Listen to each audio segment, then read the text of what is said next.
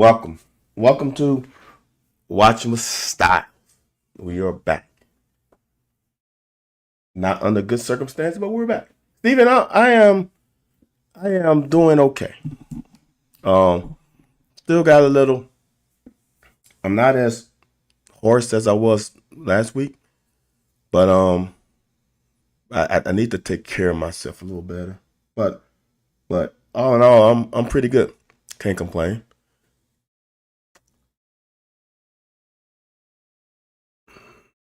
Where do I start? Look, I'm gonna say this. This was a very interesting game to rewatch because when you watched it live, I'm not I'm not charting plays. I'm not charting anything. I'm just watching like everybody else. But watching it over is very interesting, especially from the end zone cut, which we was fortunate to get on this game. One thing that was interesting for me is the amount of slanting we did on the defensive line. And it comes down to this, and it happens. And this is when you start getting to the minutia of football.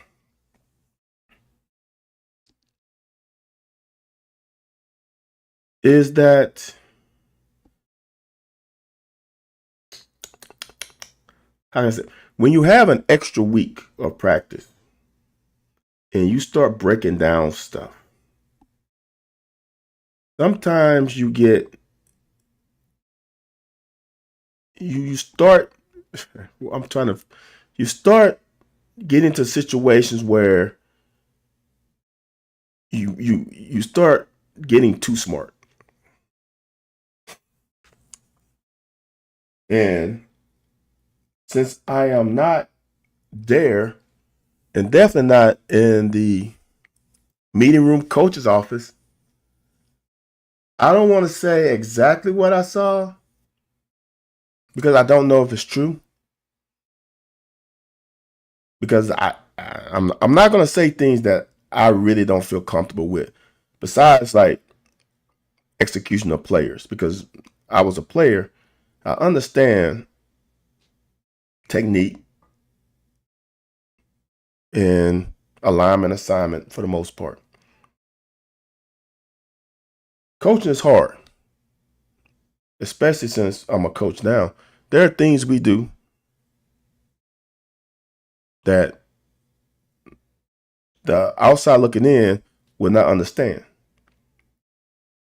Especially, and I'm gonna go to the especially on the NFL.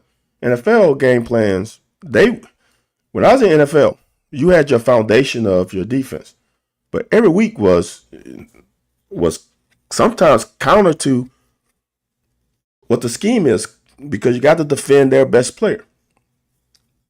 With that said, it's just interesting.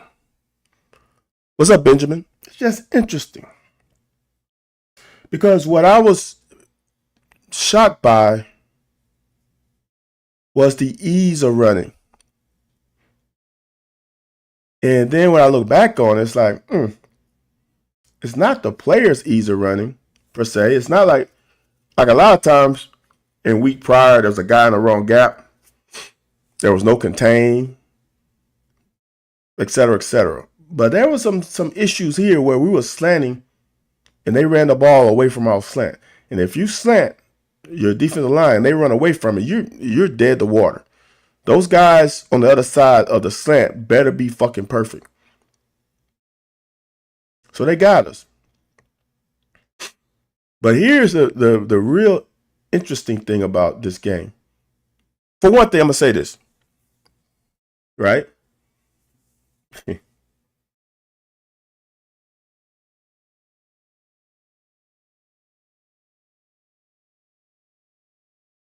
Is as a player who has been in this situation before,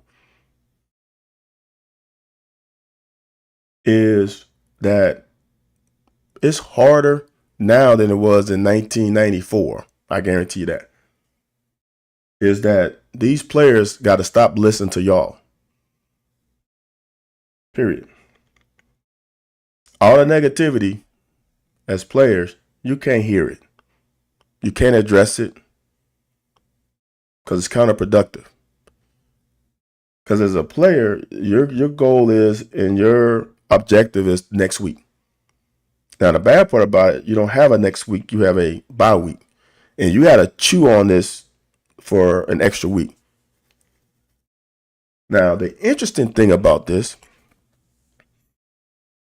is I want players to understand, mainly high school players, because, those are the guys who follow me as players. I want y'all to understand this, is that you are the only ones that know what's truly going on. You're the only ones that know. And you can't let one week leak into the next week, because each week is a different moment. And you gotta attack the next week just like you attacked the previous week. And if you're able to look in the mirror and say, man, I did my best, I practiced my hardest, I studied my hardest, that's all you can do. That's all you can do. There's nothing else you can do as a player. Zero. Here's the interesting part. From a fan standpoint, did anyone, what's up, AJ?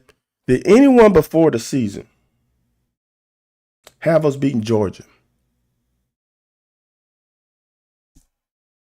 If anyone had us beating Georgia, I would have to examine.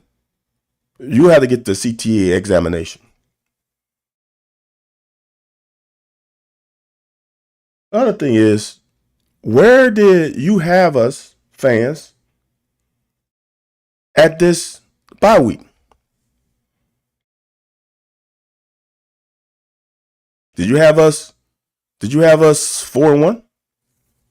Because I had us 3-2. So we're 2-3. I had us 3-3. I actually had us 3-4, to be honest with you. So what's shocking? Now, what for me, the issue is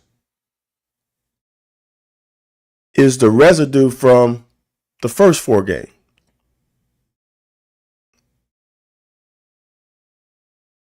Meaning really the last game. That South Carolina game was the problem. So as I just said, for the players, you can't have 1 week leading to the next week. And that's impossible for fans. Because if you really looked at the season, this is the roughest part of the season. Georgia, Texas, Tennessee. And I don't know if anybody had us winning any of those games. Now, it would have been a lot better being 3-1 at this point than 2-2. Now we're 2-3. And I'm not a person that looks at other teams and say, "Ooh, I wish we was them." But this is why the locker room is so important. Do you think it matters that while a lot of people may have had us at 2-3, but not looking as poorly as we have in areas? You know what, AJ? Honestly, it doesn't matter. See, this is the AJ. Here's a great part about football, and it's weird. Is that 1 week you can look like shit, then the next week you can look like the best team in the world. Like it's just a weird thing about college sports. It's weird.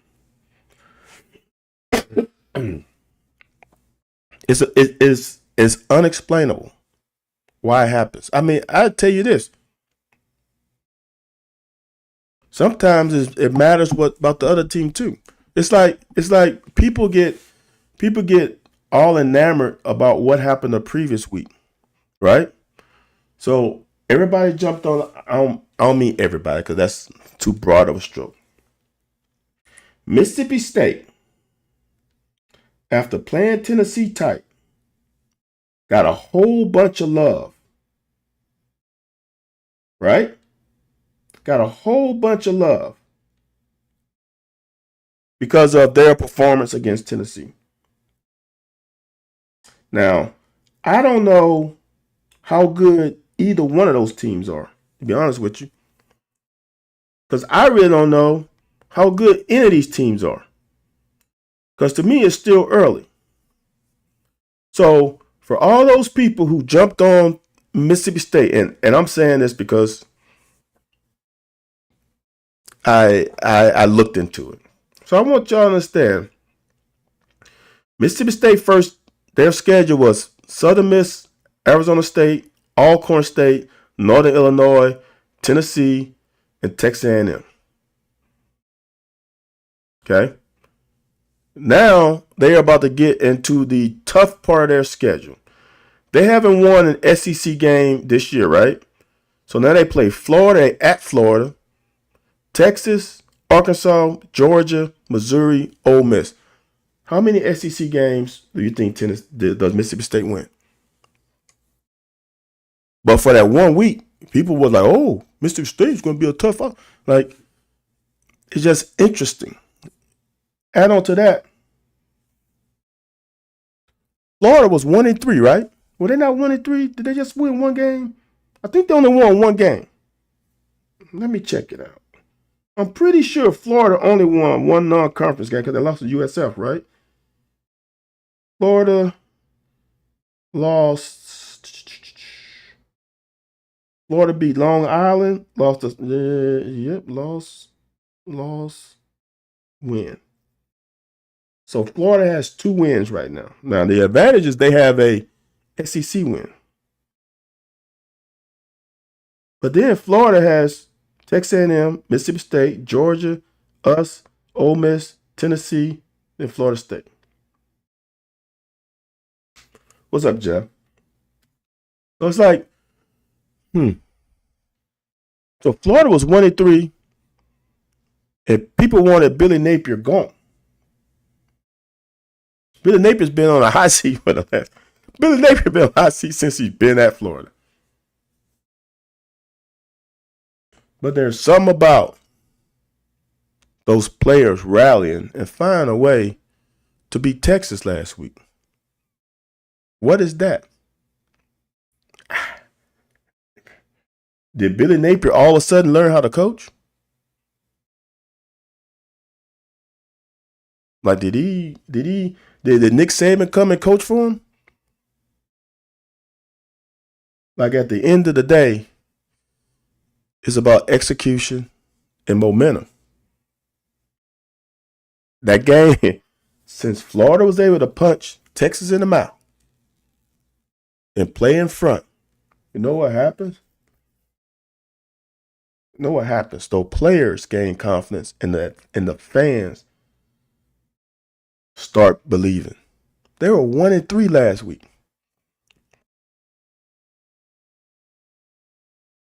And one of those losses to South Florida at home. So I'm going through that with my high school team right now. It's confidence. So at the end of the day, players, we have to execute. And when your margins are thin against a team that has more talent, it can get out of hand real quickly. Because we're going to go through this real quick. This ain't going to last long, y'all. Well, I'm lying. It might. We got punched in the mouth. They went up 14-0 on us quickly. It was 14-7, and we had an interception. It was 14-7 with an interception.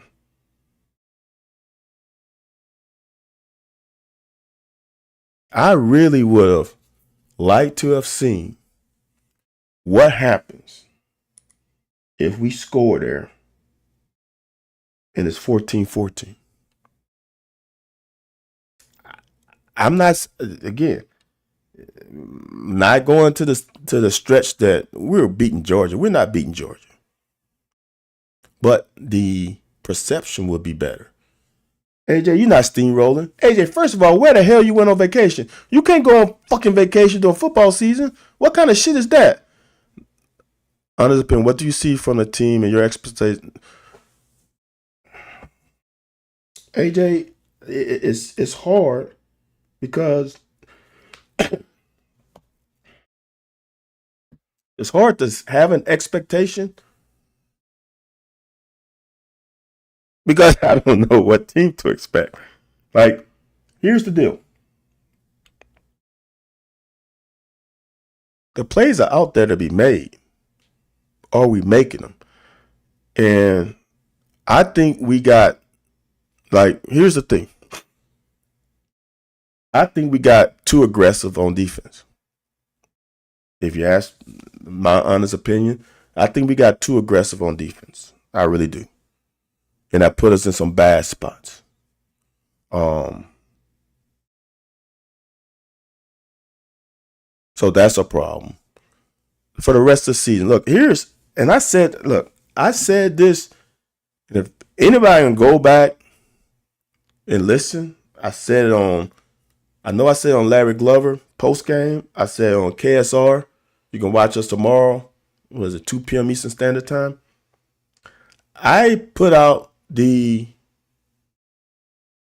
hot take, and it wasn't a hot take because just to throw some shit. I don't say shit just to throw shit out.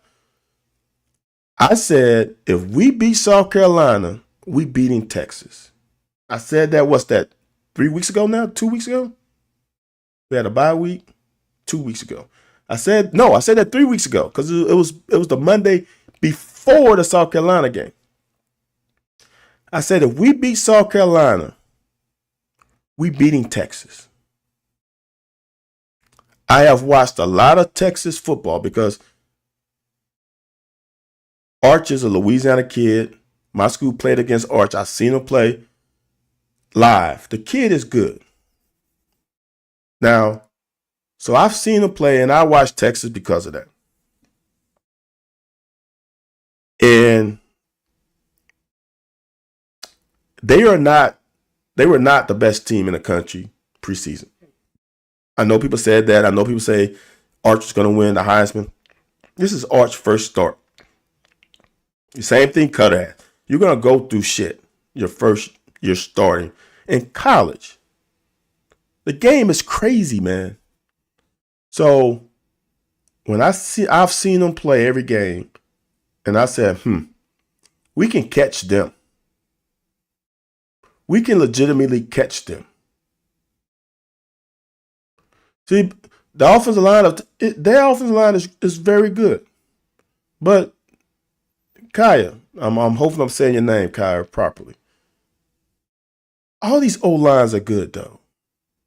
Like, it's not like we are going from high school level, JV level offensive line to NFL level line. All these offensive line are good. They're big. They're aggressive. That ain't the issue. And I'm not saying Texas is going to score 0 points. All I'm saying is that we have a chance against Texas. Honestly, we didn't have a chance against Georgia. Definitely not in Athens. The chance of winning at Athens was 0%. The chance of beating Texas at home is 30%. And that line can move up as the game goes on. Tennessee again. And then you got to think about injuries too, but Tennessee again. Tennessee is a game that's winnable too. Like, the Georgia game was out of question. That's why, for people to get all up in arms of it, fuck, man. We had no chance against Georgia. And then not after Georgia lose to Alabama, we really had no chance. Georgia losing the previous week and playing at home, we had 0 chance. JD, it's exactly. All this crap that's happening is, and it's, again, it comes down to margin of error. Like, Georgia had 2 turnovers. They can overcome 2 if they get one. I've been up in New England, Boston, Maine. Oh, you highbrow, AJ. Okay. Oh, bye week in a row game. So you went for 2 weeks. Oh, you got that kind of coin. I see you, AJ. You got that kind of coin. A brother going to Vermont in Maine is crazy. AJ, Maine and Vermont, that's crazy. I'm just saying. Hope you had a good time. I hope you came back feeling better. Not about football, but about life, because that vacation is needed. Shit, unfortunately, I'm not getting no vacation. I can't get a vacation until my damn daughter gets to Tyler. I didn't want to say that. I didn't want to say Martha Vineyard. I don't think AJ went there. With this coaching stuff, my vacation is. I don't see. Look, since we going off on tangents, I need y'all, if you play high school sports and can get in contact with your high school coach, give them a text or something. Because I'm telling you, I just started coaching 4 years ago. Coach football and track. There is no vacation, y'all. I want y'all to understand that. There is a coach might get a week or 2 of vacation time away. For me, that's it. Because in the summer, with now high school football, there's 707. And I do summer track. Like, there is no literal vacation for me. Like, those guys are look, I want y'all to understand, football is a 6-day-a-week ordeal for a high school coach. You got Monday through Friday, game night on Friday, you come back Saturday because you got to watch film. Like, for coaches to coach for so long, to coach 30, 40 years, bro, it is crazy. It's crazy the amount of time high school coaches dedicate to high school. Now, I know there's whatever, Georgia coaches get paid a lot, blah, blah, blah. For the mass majority of coaches don't get that kind of income. And the amount of time they put, bro, it is crazy. It's crazy. So if you have the ability to contact your old high school coach, do it. Just send him a line. I'm sure he'll appreciate it. I would encourage everyone to go sometime. It was amazing and a great change of pace. Also, I was in Chicago Thursday. You're done for the year. Shit, HJ. I guess so. You went to what, 4 states? Shit. Tyler's in. Okay. AJ, Tyler trying to throw you on the bus, huh? JD, I'm not going to lie to you. They have, JD. 707 is stupid. Boy, y'all got me. I wasn't supposed to talk this long. I'm going to tell y'all something about fucking 707. 707 is not fucking real football, and it bothers me, and obviously my language will. 707 is so far of a departure from real football for a lot of people because no one's running coverages. Like, man, I've gone to 707, y'all. And for me, 707 should be realistic situations. How many fucking times does a high school go empty set in 707? With no fucking pass rush. So now you're expecting a defense to cover everybody in a damn route. Get the fuck out of here. You can throw a fucking check down all day. Like, it's just so fucking stupid, man. How many teams I don't even want to get. It's 707 is the downfall of one of the downfalls. I'm gonna even go further. All these AAU stuff, like JD just said, from baseball to basketball to soccer to volleyball, etc., are killing kids from being able to participate in multiple sports. Because all these football players, and the thing about it is not just because you're not getting a scholarship from 707. Know how you can get a scholarship? It's taking your ass to a good track coach. Now I say this: if you don't have a good track coach, find you a good private coach that can help your running mechanics, that can help you run faster. But no, you want to go 707. That shit does not matter. Last trip, damn it, AJ. You didn't get Portillo's?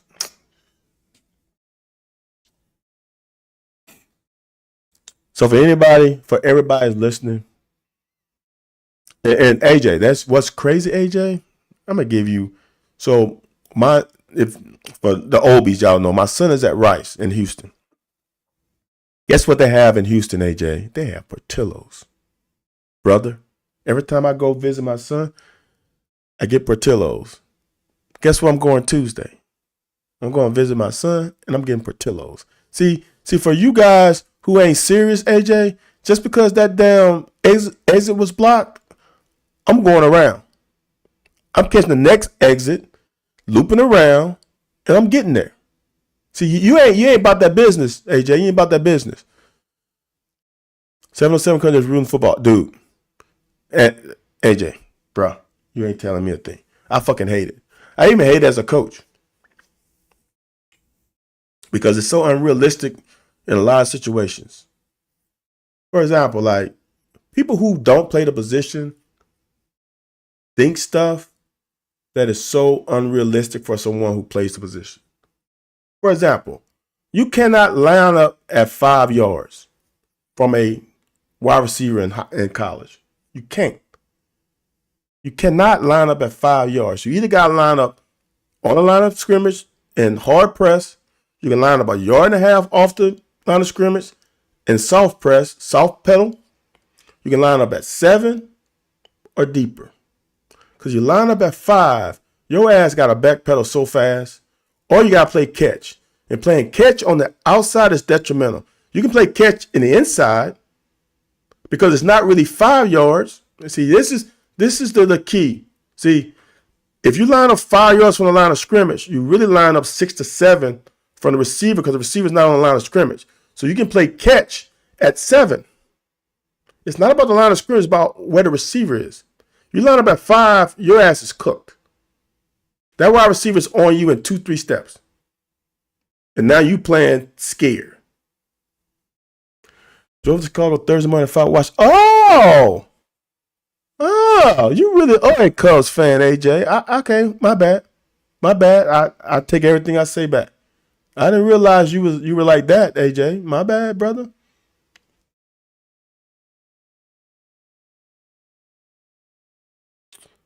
Lake Dog, you having a song issue? What is it? Was it too high, too low?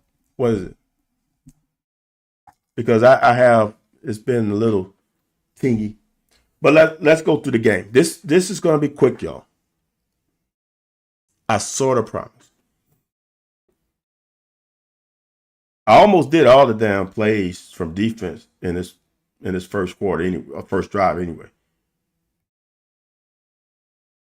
So we came out, man. So I'm gonna keep saying this. It's cutting in and out. Oh, I don't know then, Lake Dog. So this play, the effort, the commitment, the focus is there. Look, this is.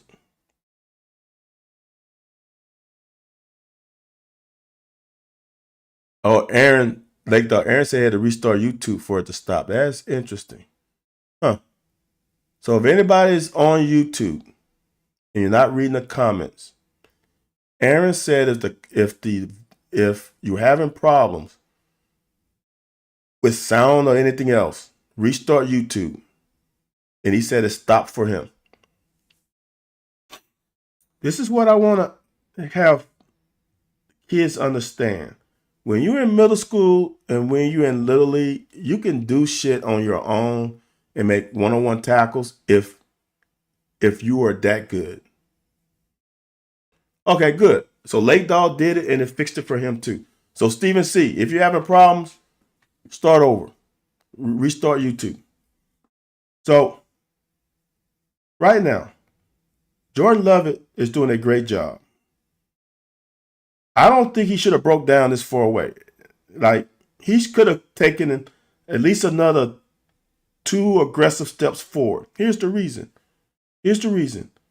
You got 2 defenders outside. I know they're blocked, but you don't know that. You got to trust that they're going to do their job. And you got a defender on the sideline. Push that motherfucker to the sideline. Because they are doing a good job with contain. They're doing a good job. All right? So now, for me, as a player, I'm not afraid. See, there's 2 things DBs got to get out of on this level and the next. Is afraid to miss a tackle and afraid to get beat deep. Because all of them are going to happen regardless of you trying everything in your power for it not to happen. It's going to happen. I promise you. There's no way you can avoid getting beat deep and or missing a tackle. That guy's on scholarship too. I promise. It's extremely difficult for you to prevent that from happening. Extremely difficult. So get that out of your head about that happening. So for me in this situation as a DB, I'm still screaming. I'm closing this gap. Who did I see do that? I don't know if it was an NFL game or a college game. There was a wide receiver going this way, and he kept trying that little fakey shit, and this DB just kept closing because he had the sideline. There's nowhere he can go. Now in the middle of the field, now I wouldn't say do this, what I'm about to tell you in the middle of the field, but in this situation, keep progressing, close the gap, then break down, and then make the tackle. Now in the grand scheme of things, still a good play. Look at the hats, man. Look at the hats around the ball. Hats around the ball. That's 6, 7 hats. It's good stuff right there, man.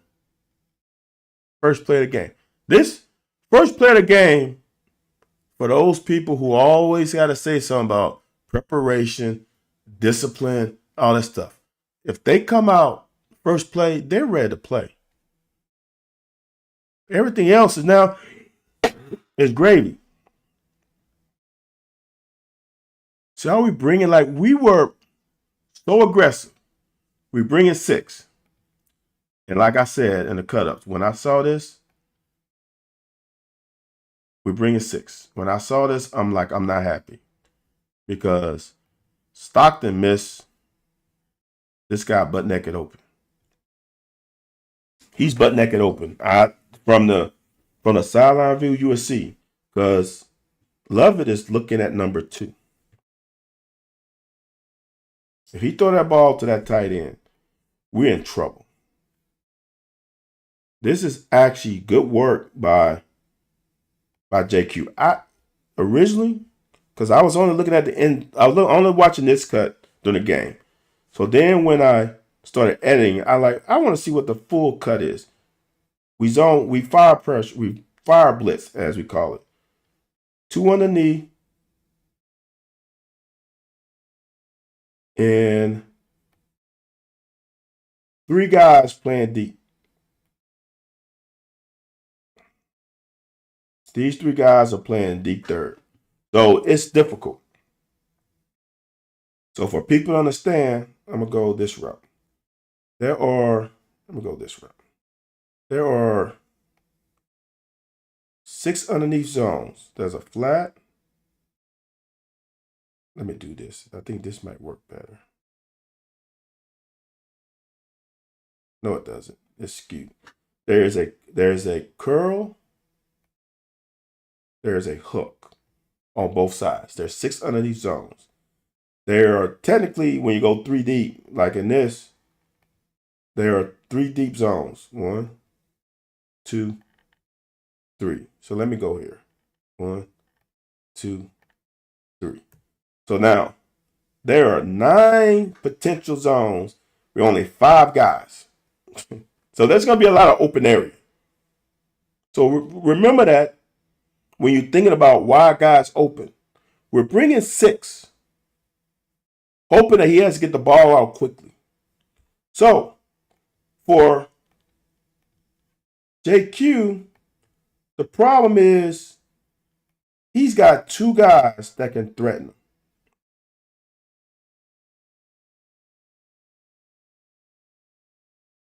And he gets a damn good jump on the ball. That's just you. We have nobody in the flats. That is just the nature of the coverage. And I want you to understand, there is no such thing as a perfect coverage. There is no such thing as a perfect coverage. 0. So we tried to bring some pressure, and we got beat. It happens. So 3rd and 2. These are the things that can't happen for us to win on 3rd and 2. That guy and that guy. Okay? If you are in the gap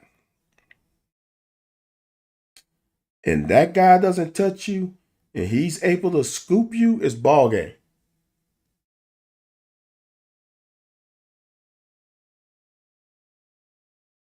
That guard scooped that defensive end. All right? That's problem 1. Now, the center is able to climb on that linebacker because he takes a false step inside. All right? So now you're cooked. He scooped you and logged you, and now you are getting blocked by the center. The center climbed and cut you off on the 2nd level. We're cooked now. All right? Now let's add something else to it. Let's add the safety to it. He's got to come downhill and make this tackle. The problem is he's got to make the tackle down the field because no one impedes the quarterback or slows him down right here because we got scooped and we got sealed. Can't happen. Can't happen. So I'm going to say this too. And I got to look at it closer.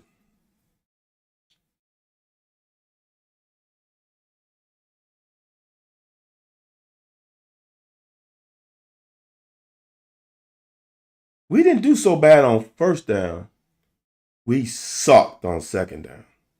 We absolutely stunk it up, which then made it harder on 3rd down because they were 3rd and short a lot. We sucked on 2nd down. There was some 2nd and 10s, and then the next thing you know, it's 3rd and 2. You'll see. I already highlighted this.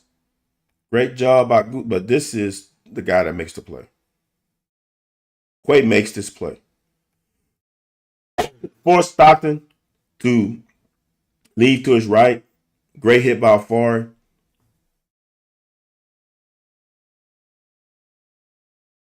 I already highlighted this one. I ain't got too much else to say.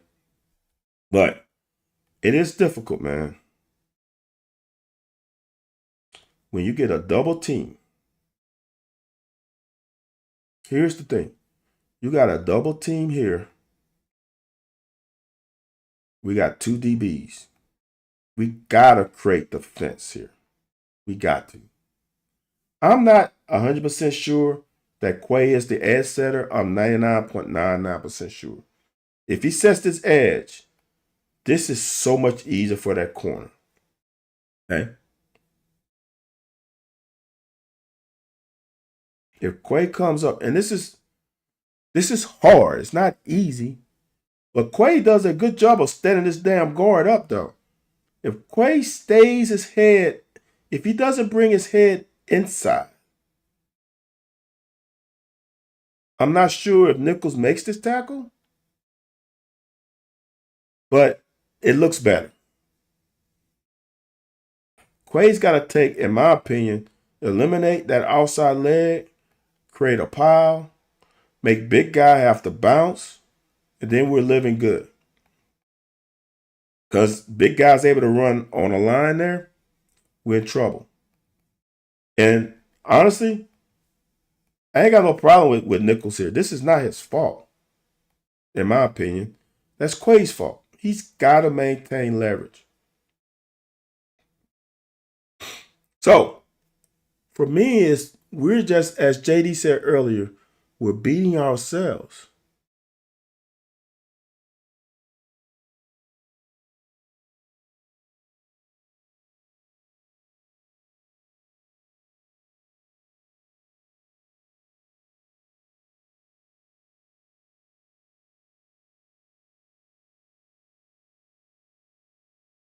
If we are truly playing man under right here, truly playing man under,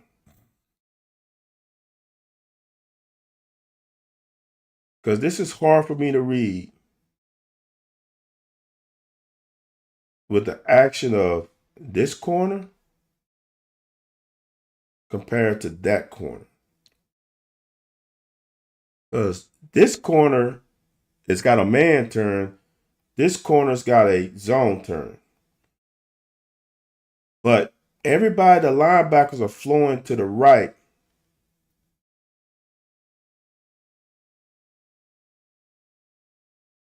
I'm wondering, does he have him man to man? If he does, this is poor technique.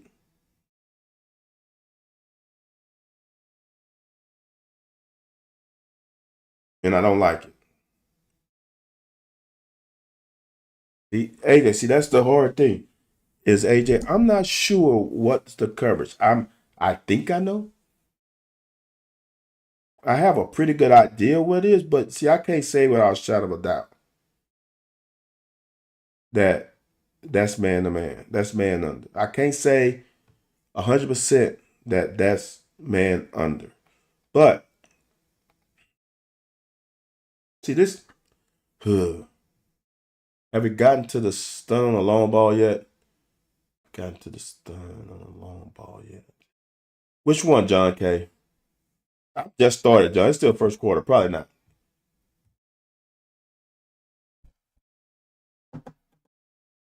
All right. So for young guys, I implore you to learn football. Here's the thing. There are guys who are not as athletic, but are great players because they know the game. The most important thing is knowing the game. Now, if you are an elite athlete, if you know the game and you're an elite athlete, you are unstoppable. You're unstoppable. Because not only are you an elite athlete, you can anticipate shit happening.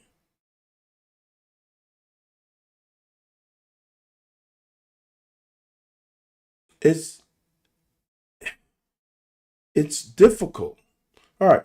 So AJ, that's why I'm saying that. AJ say the angle the backers took looked like so.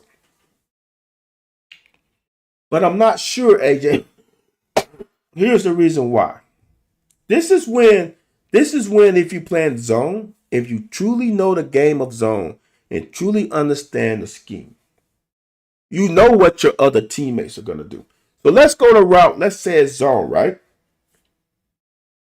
And my eyes are purely on the quarterback. My eyes are boom to scanning because I'm in zone.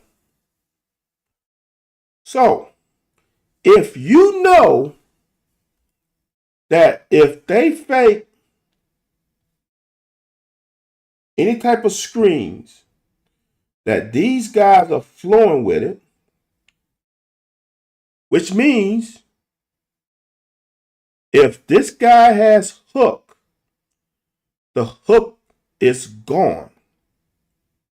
See, this is the high level. This is and this is the funny part about AJ. This is why I love talking football, because there's some people who don't get it. I want you to understand, if you know the scheme more than what your job is, you know the scheme more than your job, you know the entire structure of the scheme, which means you know the reaction of everybody else on your side of the ball. And I feel confident in saying that this is true. Because as AJ pointed out, these two guys flow with this movement. So if you know that, you know right now that the zone that is right here is not going to be occupied. So I might have to push another zone. Okay. Here's the other high level. Is if it's zone with man, because what NFL does, they play man on the outside and zone inside. So if you know your fucking corner, this guy's in man. As a corner, you in man, you know and believe I'm getting no help from nobody. I'm not getting help. So that allows you to play it differently, because now there's no fucking curl. As I say, curl is inside of number one, hook is inside of number two.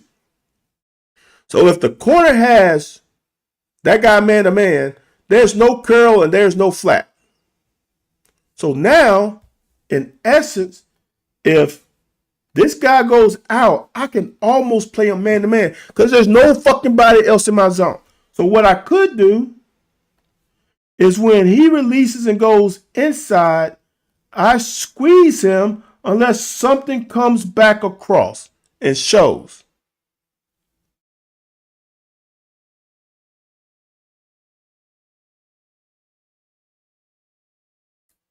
These guys flow. It even looks like number 4 is looking for a block. So it could be a screen with clear outs. Right? It makes no sense to me. This one, I'm clueless on. But I just want to reiterate, that is when, see, that is a 4-year starter. Those are things that I don't expect from a 4-year starter. Those are things I would expect from a young guy. Redshirt sophomore, maybe. Redshirt freshman. But when you truly understand football, see, that's the whole thing, AJ. I'm not so sure. Because here's the thing. Football has changed, AJ, because offensive guys have gotten fucking... Offensive coordinators have gotten really smart. And I would honestly suggest both coordinators to coach offense for a period of time. And not in a game per se. Maybe coach offense in spring. Maybe coach, if you're in high school, coach offense in the summer. Call some plays. Because what happens, AJ, is that offenses are doing multiple things at one time. They're trying to out leverage. This guy's on a sprint. So if we are basing our drop off of number 3, you do have to bump. Right? Because there's trips over here. One, I guess not direct trips, but there's 3 receivers over here when that running back expands. So for us to get an advantage, he's got to probably bump. I would agree with that. He's got to get there. Because if they run screen, and all we got, I want people to understand, that's 6. Then we got 1, 2, 3, 4, and a corner. That's 5. And they potentially have this receiver in here and here. So if it's just these 2 guys, this nickel in the corner we beat, he's got to bump. We've got to get 3 on 2. So thinking about it, Rainer's got to get out there. He's got to. If this safety's playing deep and we're bringing 6 or bringing 5, he's got to bump. He's got to. He's got to carry that further. And the thing about it, his reaction is slow.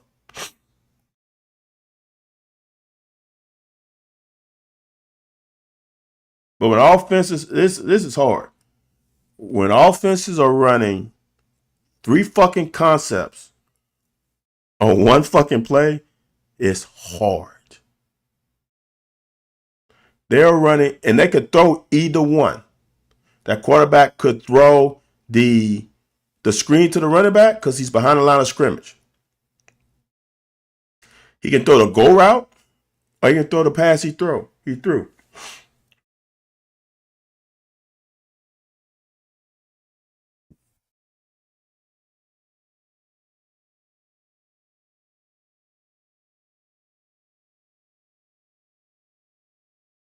See, this is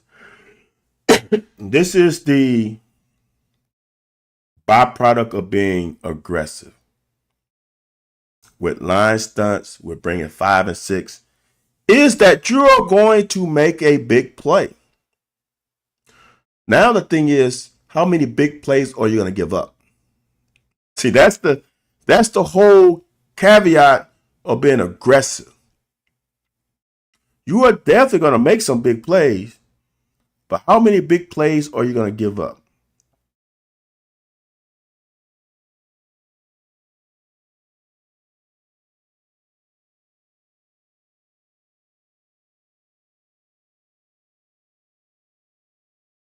Now, I didn't show this play, so I can talk about this one even more. All right. So, there is something, y'all. There is something. And this is why when you get into the bye week, you start digging deeper and starting finding tendencies that are there. And if the team that you're playing break the tendencies, you're in trouble. It is something. Motion, and we slanting to the motion. Or I don't know. But here's the deal. Defensive lineman slant. And they run away from it. We're fucked. Okay? We're fucked. What makes it even worse is him. And then I think that's O's, right? O's is number 1. Agreed. So watch what the safety does. All right. First of all, safeties. Safeties in high school, there is no gap. We don't need you. We don't need you in. Let me start over. We don't need you in here. We don't. We need you either. It'll be right here or right there. Look at all the gaps filled inside. We don't need, this is poor eye discipline. Where are we going? Whom are you looking at? There is no pulling lineman. There's nothing there to dictate that you get an A gap, unless that was the scheme. But it's somewhat screwed up if we're slanting to the field and you're getting in an A gap. So now here's the other thing. Oates cannot peek his head inside. He has contain. Create contain. Because if he has to cut inside now, we might have a chance. But that corner is in man.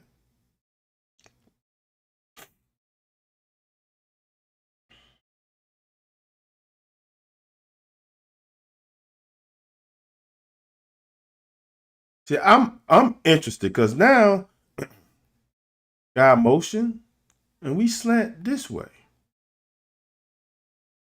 One, the previous play we slanted to the field. This play we slant to the boundary. And the running back is on the same side. No, he wasn't. No, he wasn't. No, he wasn't. He was on the other side.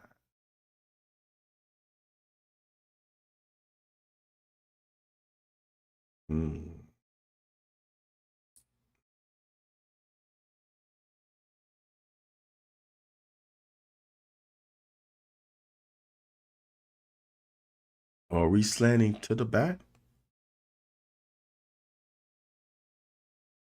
I wonder if, see, I didn't watch enough Georgia film. I wonder if that back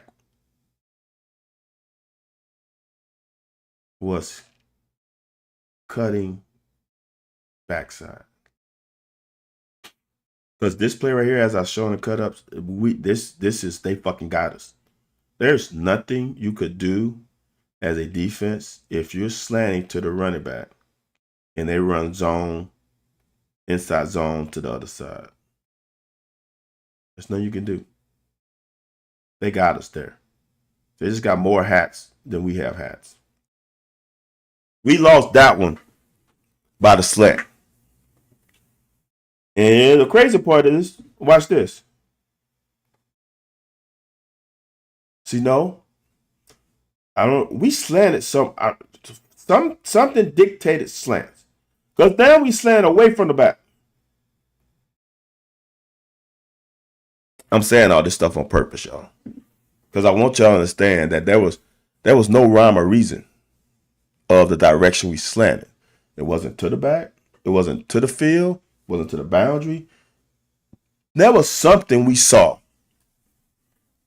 and I don't know what it is, that dictated our movement.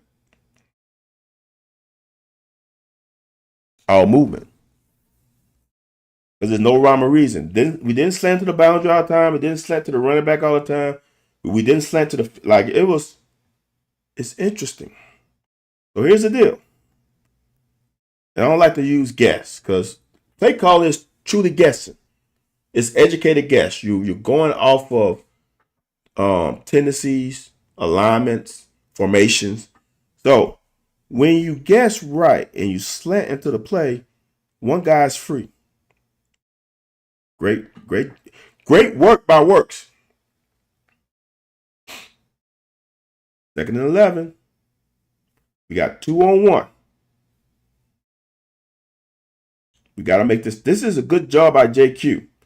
It's a good job by Lovett. Closing the gap. So now, here's the crazy part. Remember the first play? He broke down like 6 yards away. Look how much close he breaks down. He's like 3 to 4 yards away. Much better. Now, JQ does a good job. Now he just got to make the tackle. And not in a bad way. He just got to make that tackle backwards. He got about a yard or two that he shouldn't have got. So it's 3rd and 5, y'all.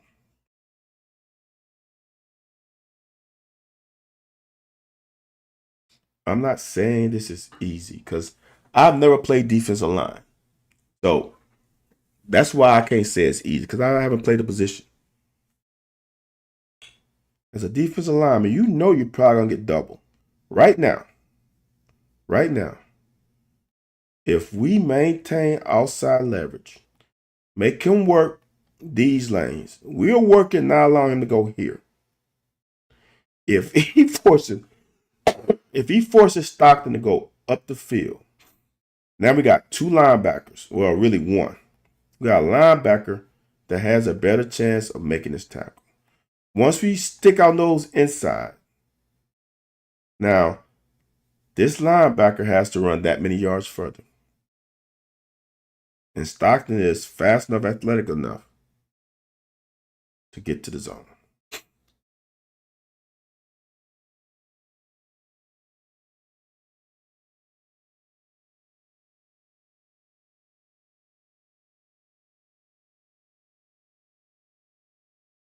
The same thing they did. Our offensive line, is blocking well. We wash that defensive end to the hash. Caddis washes him, and they stunt, they slant, we wash him. Now, this is the only complaint I have. And I know what he's doing, so I can't complain. He's probably taught, I am following this guy, Braun. I'm going off his ass. But I think if he cut that thing up right there, now I know this guy is showing, but he's been blocked. Peter's on him. If he goes, in essence, right? If he goes bam, bam. That's why patience is important. Now, it's sad to say that when you get, 7 yards? You can't complain too much. And then we get 3+, first down. We rocking and rolling.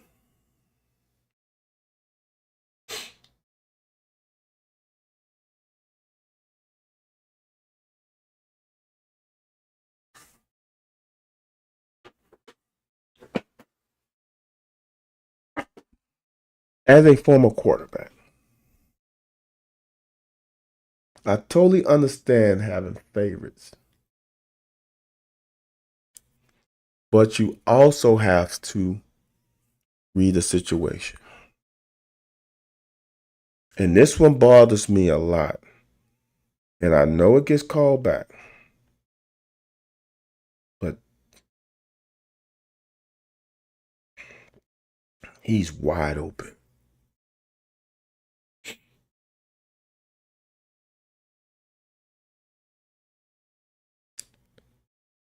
He's wide open.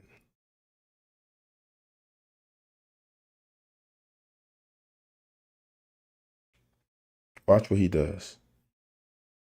He comes forward. He fucked up as a DB. Macklin is behind him.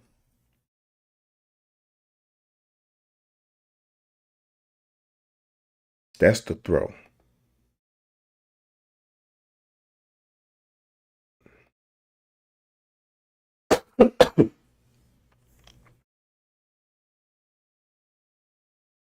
Nothing else needs to be said. Now, it would have been called back anyway. And I'm not sure that Braun was downfield. They didn't show the wide view. I went to the sideline cut. You can't tell. But it pisses me off that they're going to call, as a defensive player, they didn't fucking ever call fucking lineman down the field. So for them to call that one, interesting.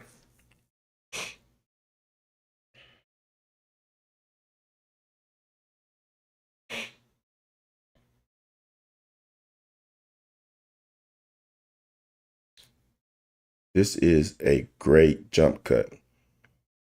Now, here's the crazy part about it. If he knew Burton was going to come off of that, and this is hard, y'all. I'm not saying anything, but let's imagine he went there. Phew. Now he just got one guy to beat.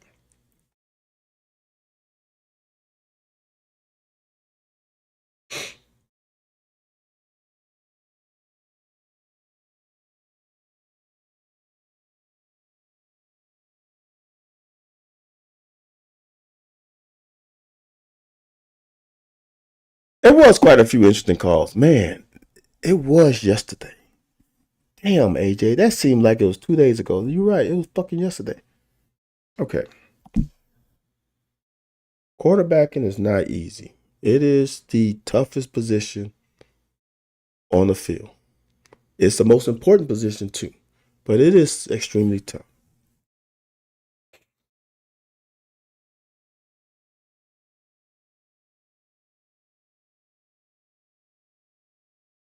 Oops.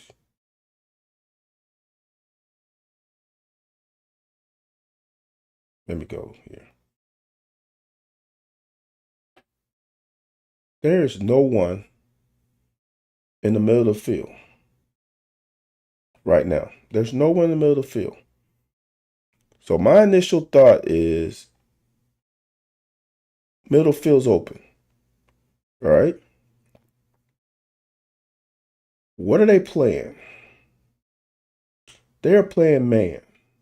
Right now, you see man. All right. If you know your concepts, right? If you know your concepts, you have arrow, over, clear out, sail route. They're in man. Throw the sail route now or throw him. Either one is actually open. Want y'all to understand? Either one is open. So my question is, whom are we looking at? He is running away. He is underneath, back to you. That is an obvious. I was taught a long time ago. If he is a man and his back is to you and the receiver is above him, throw the damn ball. How is he going to make up that distance? So I'm honestly wondering, why didn't he let it rip? Either one. It's just like early in the game,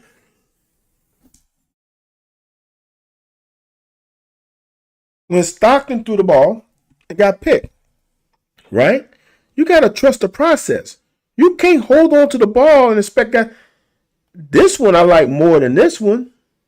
Only reason I like this one more because it's a shorter throw, less variables, and you got a guy on the other side. But if you really wanted to throw to him, if you threw it on the hash, I like that throw too. But what are we waiting for? What are we waiting for? Now the longer you wait, two things. The further he gets to the sideline, you're going to throw the sail route, and the more time that guy has to make up ground. If you threw that ball right now, it's touchdown. If it's a great ball. If it's a perfect ball, it's touchdown. If it's a good ball, it's a 30-yard gain.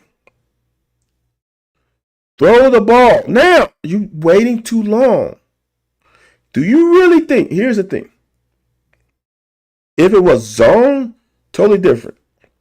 There's a chance that in zone, this guy can peel off and potentially intercept it. But we know it's not zone, it's man. Throw the ball. See, because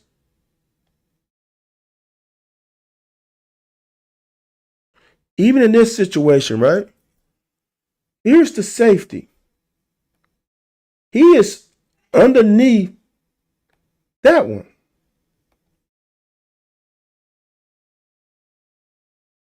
I'm not saying y'all, I'm just saying.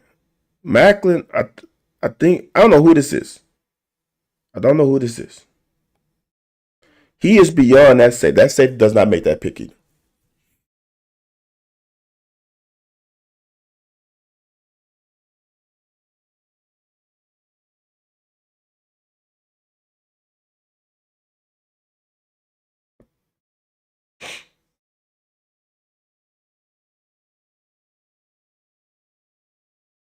Good coverage. I talked about this one already. I don't have anything else to say.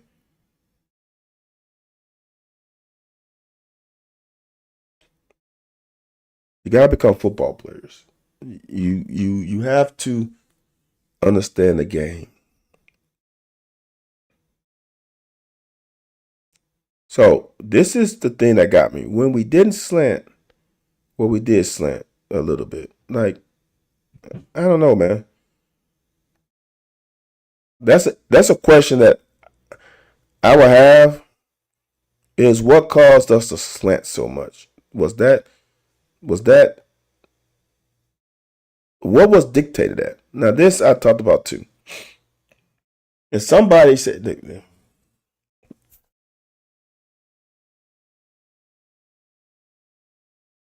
"Oh, you talking about the? Hold on, John. You talking about?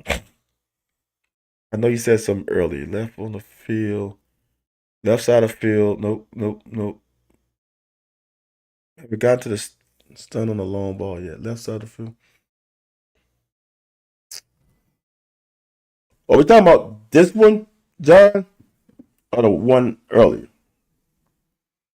Because if you're talking about the one earlier, the throw to the left, you talking about Cutter, Johnny, or Georgia?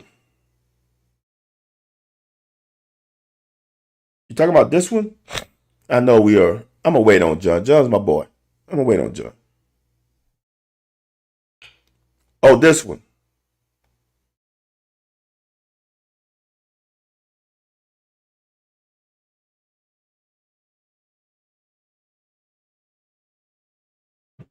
Hmm. Oh, you were talking about the deep throw that they threw that was incomplete. Okay.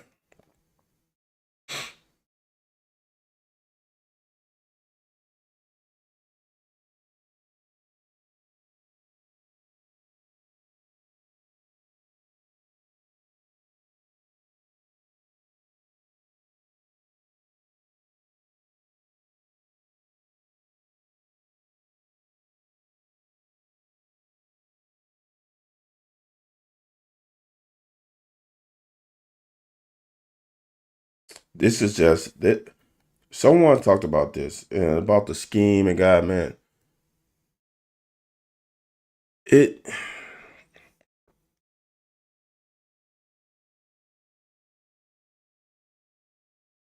Oh my God, man. It's still first quarter. I'm not gonna. People make me sick sometimes, and you ran right through it, made me cry.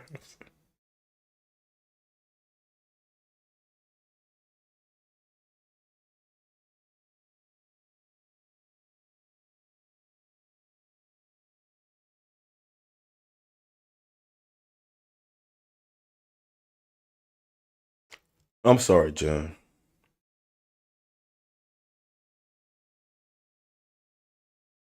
Like, this is not a scheme thing. It's fucking not. Fuck.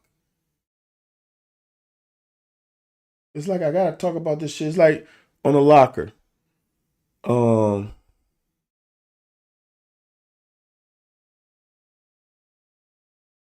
I don't remember anybody punching.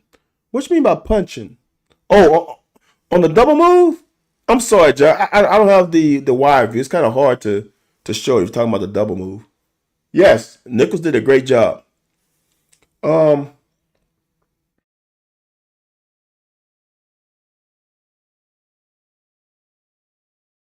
oh, I see.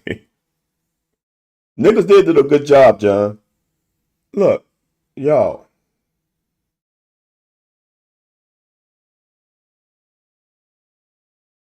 I am wrong on this. Not wrong. My perspective on this is skewed. My perspective on this is totally skewed, and I totally get it. My perspective is that I've had the privilege of being coached by some damn good coaches. I'm gonna just say this: I have not had a bad coach in my life until I got to the pros, and that's crazy.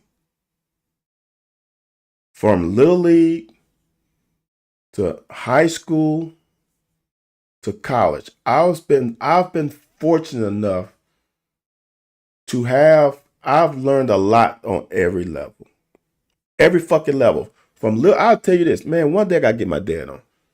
Maybe I can get my little league coach on. I was taught so well in little league, and when I mean little league, pee wee, like 10 and under, that I played quarterback 2 years in 10 and under. My coach was so good and taught me so much. There were games where in the fourth quarter when we was beating teams badly, he allowed me to call my own plays at fucking 9 years old. I was calling offensive plays at 9 years old. Now, don't get me wrong, it wasn't like we had 1,000 plays for offense, but he trusted me because he taught me so well in the 2 years I was with him. Man, just call your own plays. I don't need to be fucking calling plays. We beating them 40 something or whatever. The last quarter is all yours. It got to high school. In my senior year, my high school coach had us watch film every morning. That's the best thing that could ever happen to me. Taught me how to play quarterback position the right way at a higher level. I knew how to play quarterback position going up to that, but then I understood the why. Then I got to college and was coached by one of the better DB coaches and defensive coordinators.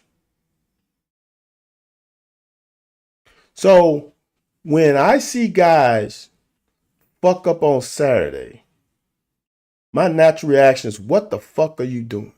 Because I know for sure you're not coached that.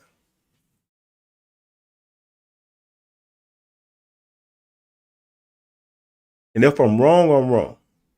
But I'm going to say this. So we were playing University of Florida, 1996, in Florida, in the swamp.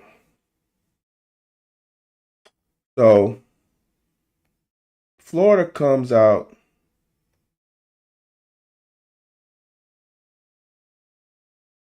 that formation. Oops, that's not right.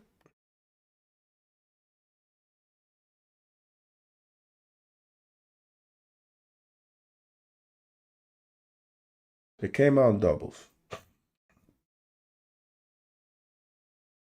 All no. I think they came out trips. See, now my mind is starting to. I think it was trips. It was trips. They came out trips, y'all.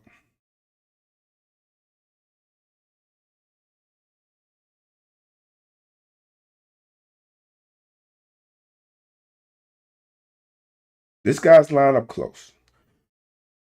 We practice this all week. When he motions out, corner stays on receiver, linebacker's gonna bump out and guard Fred Taylor. This was Jaquez Green. This was Fred Taylor. We practiced all fucking week. We ran it perfectly.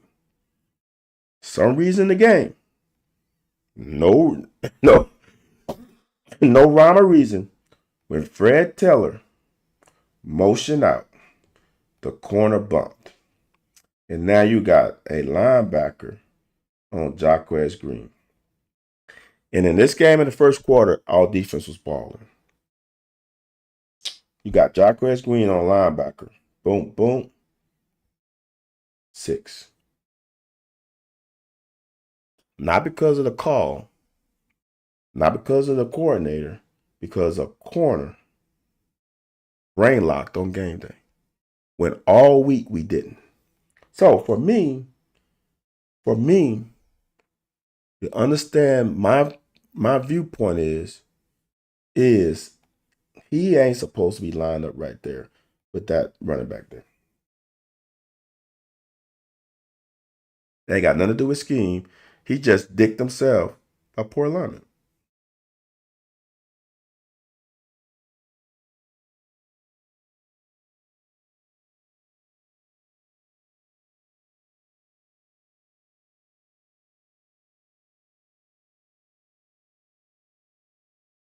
So now we slant into the boundary. We make a play. Like, so if you slant it to the boundary, right, and they got blocked down assignments, and this is why it's difficult. If we're slanting here and this guy's supposed to block down, watch what happens. He can't get there. He can't cut you off. It's impossible.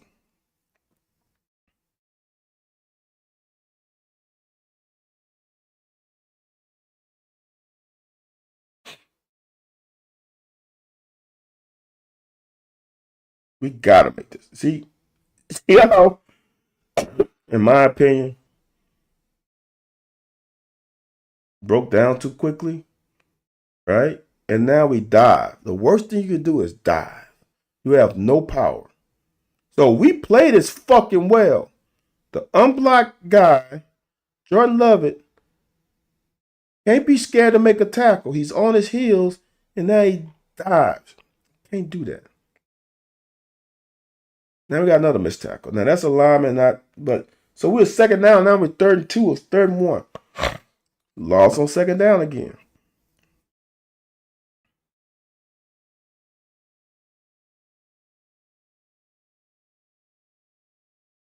Good hands, Grace. Good hands.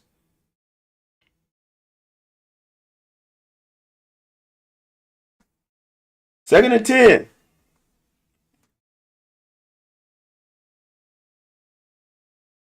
Everything's covered. Now we gotta come make a play.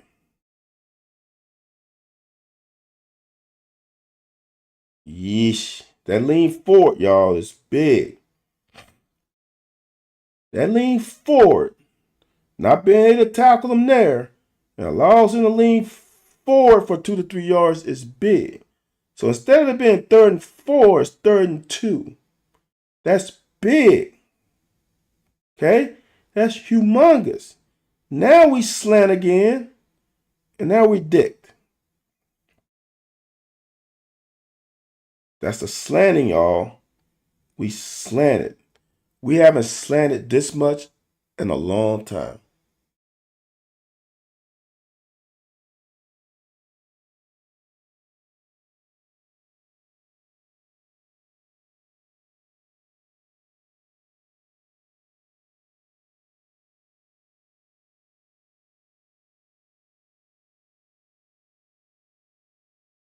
That's damn good operation. Felt like they fell for it. They fell for it a lot, AJ. I'm gonna tell you, y'all. It is crazy. So I know coordinators I've been with offense. They had 3rd and 3 or less plays, 3rd and 5 or less, and 3rd and 7 plus. Sometimes this 3 could be 2. So, won't you understand? There's a big difference between 3rd and 3 and 3rd and 4. It's a whole new category of plays. If we would have got him in 3rd and 4, we have a better chance.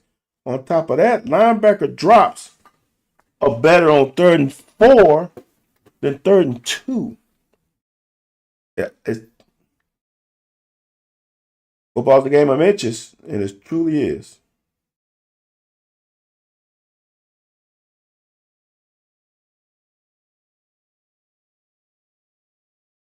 Now this hurts because honestly, I'm not sure how we do with this, but if Green, this is the hard part about it. You got to play your leverage when you're tackling. And if Green plays its leverage and attacks the outside foot and keep attacking and force him back that way, we're fine. Green is trying to make a one-on-one tackle instead of tackling his leverage. See, AJ, I think he has a tight end. I honestly think right here, there's no one backside. I think he thinks he has tight end.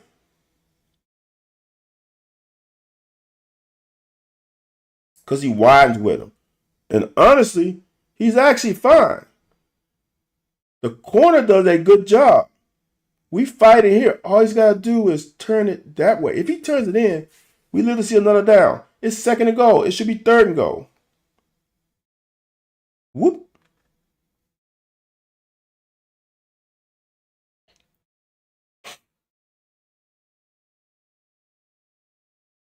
Got into the screen game. That's big first down. That's big on first down. To get 6 yards, I know it's 5. I thought it was more like 6.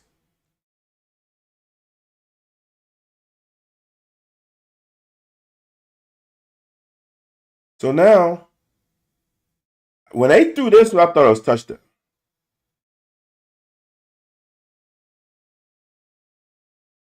So we went back-to-back screens. How many?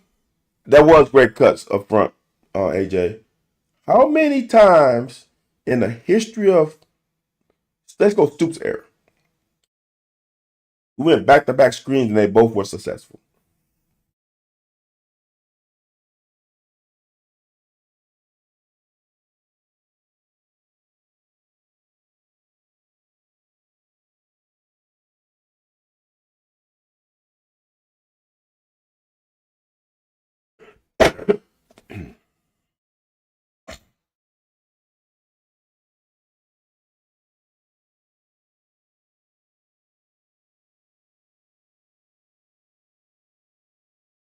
So this is what the reason I'm showing you this is that, like, this is how offenses play, right?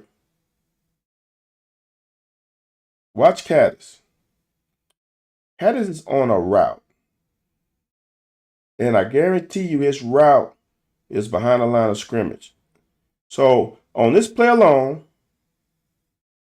that's inside zone. There's a arrow route to try and widen that guy with a run play. That's why it's so hard to play defense.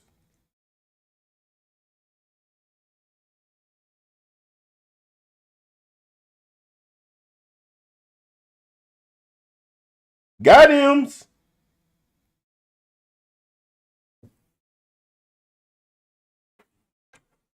You cannot live off of, and this is the thing, y'all, right? We talk about odds, right?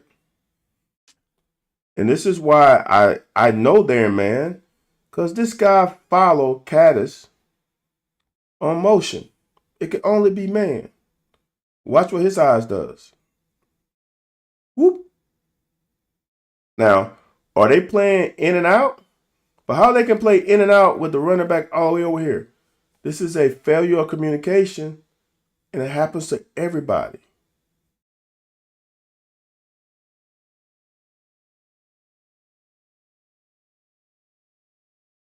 So,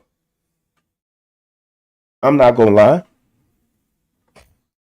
I didn't see win, but I saw, huh. After getting punched in the mouth, huh. One possession. Let's see what this defense can do.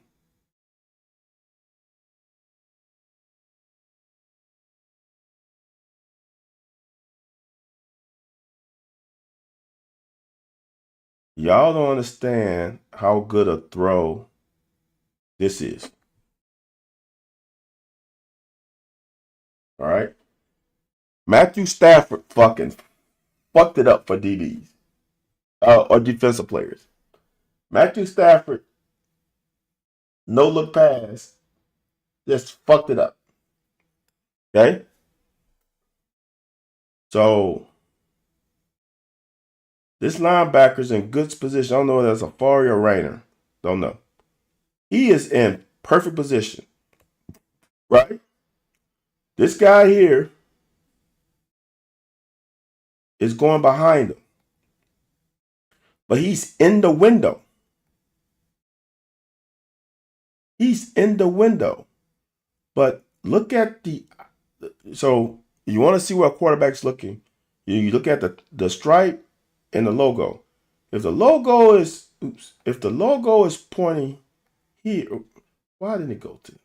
The logo is pointed here, or let me do it this way. If the logo is pointing there,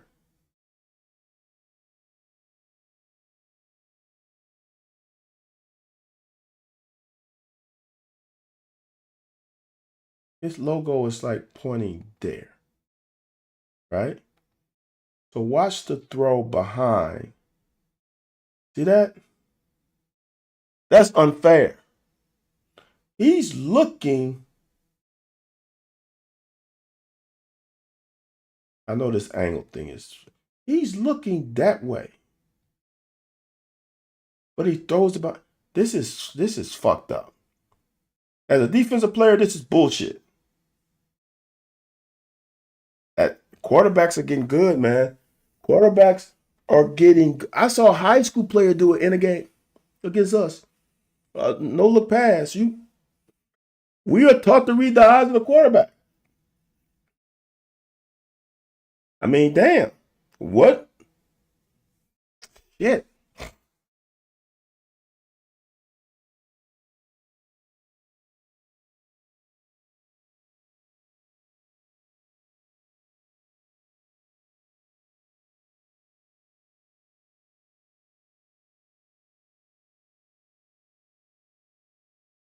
Okay, so this is Rainer here. So now watch him read the quarterback eyes. He gets under. See number one? He wants that one in this window. But watch Rainer's reaction. Now he's like, nope. See all that window's closed? He can't throw it there now. The window's done. That's where he wants to throw it. Now he's fucked. Now we just got to do our job on the back end. Good job.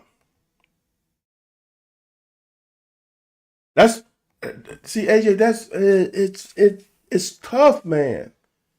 When these quarterbacks can look you off like that, and it's not even a look off. It's the accuracy of them looking one way and throwing it behind you. It's like it's fuck.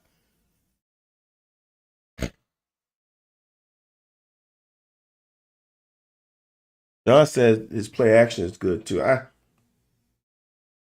Play action is good when you're running for 200 yards.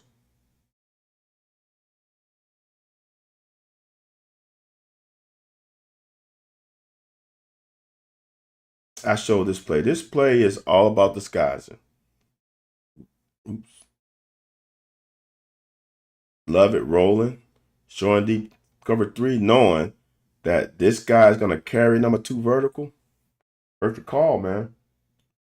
We took advantage of the call.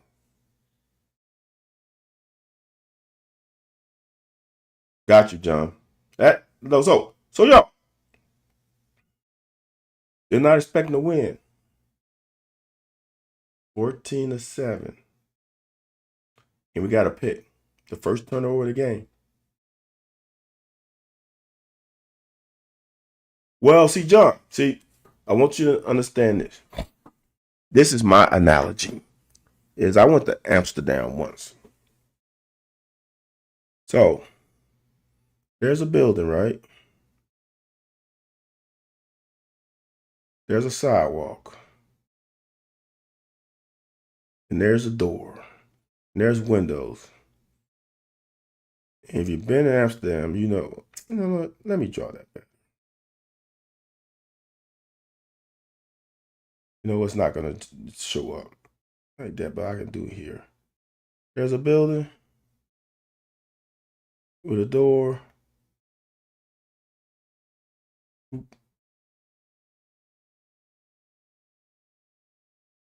with other windows.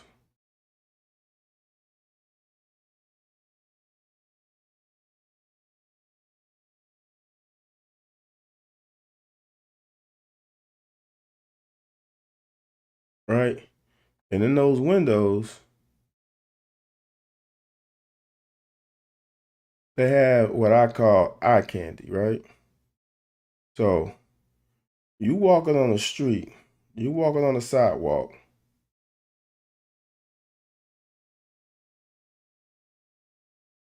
you walking on the sidewalk, right? And you're looking up. You're looking up here. You're looking at the eye candy, right? But then there's guys downstairs picking your pocket. They're picking your pocket because you're looking at the eye candy. You don't need to be looking at eye candy. You know what eye candy is. You need to be looking in front of you.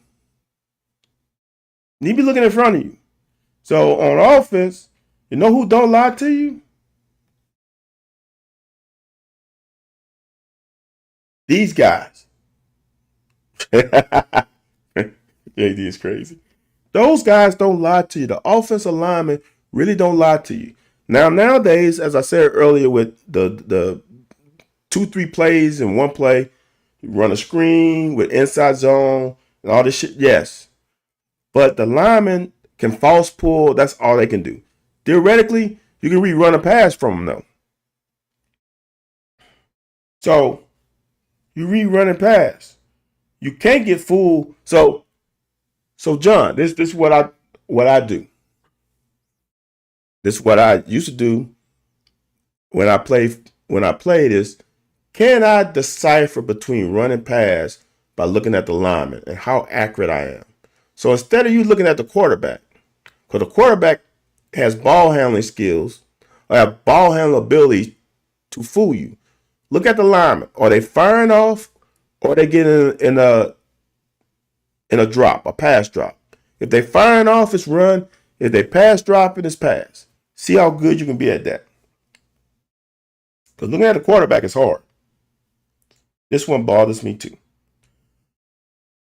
This one bothers me because I ask for this all the time. Give a young quarterback simple reads. And there's no simpler read than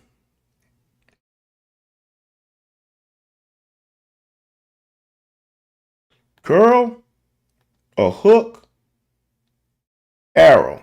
There's no simpler read. Whom are we reading? If we're reading this guy, which I'm sure we are, throw the ball to the arrow now. Get the ball out your hand. Why did we come off of it? Because you trying to throw it onto the caddis. No. But let's say you want to throw the caddis. And we're reading this side of the field. Oops, that was horrible. And we're reading that side of the field. Let the play fucking develop. There's no one at you. Like if he would have waited, if you really want to throw the caddis, boom, cat is open. So in this situation, both guys are open. If you would have been patient, he's open now, but he's still open. So for me, when you giving a quarterback easy route combinations that makes the read easy, you have to cash in. And we didn't cash in. And now throw the fucking ball away. There's a difference between 2nd and 10 and 2nd and 12. I just showed you 3rd and 2 to 3rd and 4. Getting a sack is not the recipe. Throw the fucking ball away if you don't like if the picture's cloudy, throw the ball away.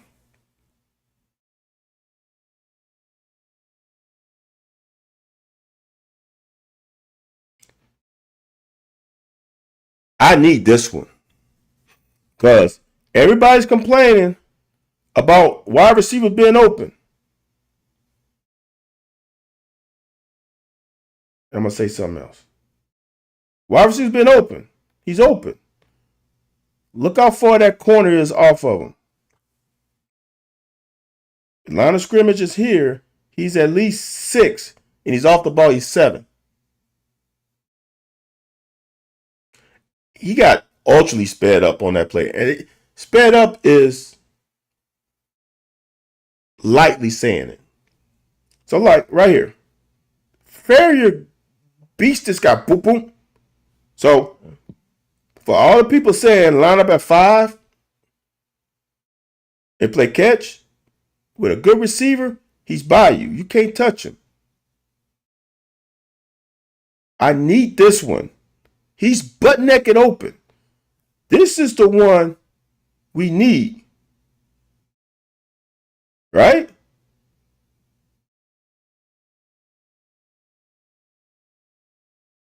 That's the one we need.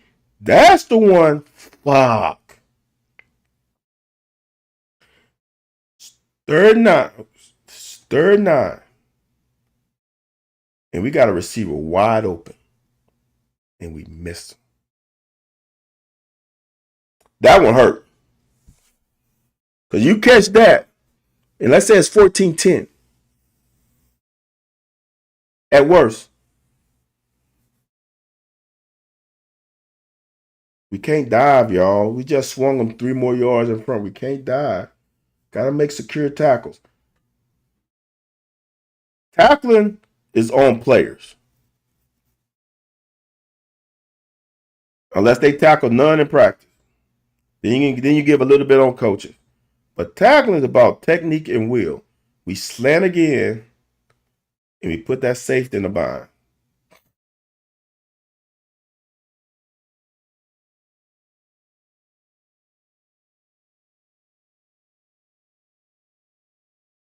That's good play all around. 1 more second, that's a damn sack. Good job by Ty Bryant.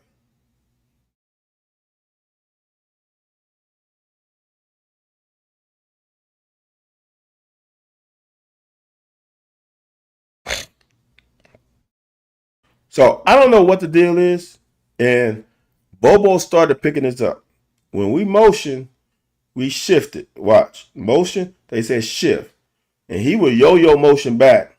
And now we can't shift back. Because once you shift once, it's hard for the defensive lineman to shift again. 2nd and 10, we lose again. It's 3rd and short.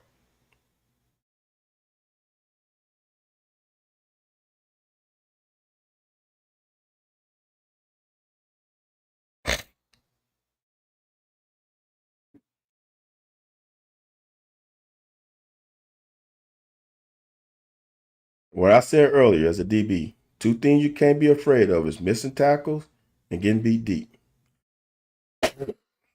We are too fucking afraid of getting beat deep.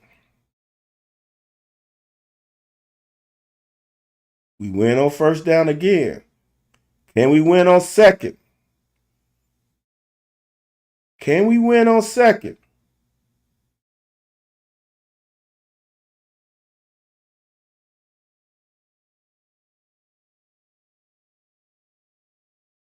Rayner has got to do a better job with his eyes. Fuck the receivers. Look at the quarterback. If he reads quarterback eyes and see ball, maybe he did a little bit. That should be a pick. That should be a pick. We needed that one.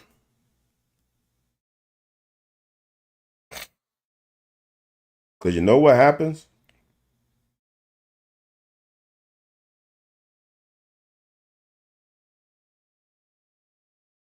Gotta have it, JD.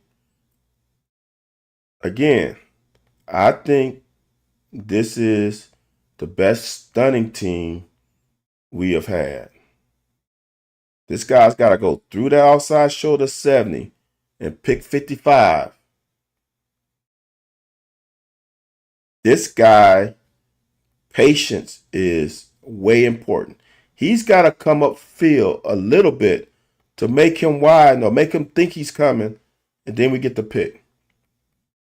Like, this is the patience. See that patience? I don't know. I can't remember if this is Green or O's. See how he comes up the field? 1, 2. That's a great pick. Boom. That's pretty shit right there. Now we got to go for the upfield shoulder. Now, that one is hard because he rolls to our right on defense, and we got to roll with him. That is O's. JD number one. We need that one. What's bad is the damn punt. JD, I get him confused. The damn punt. Hit on the fucking 1 yard line and took a 90-degree bounce.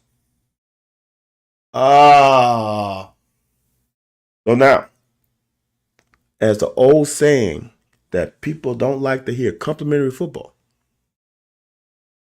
So they pump the ball inside the one. If your defense goes 3 and out, you're going to get the ball inside the 50 or at the 50. And guess what happens?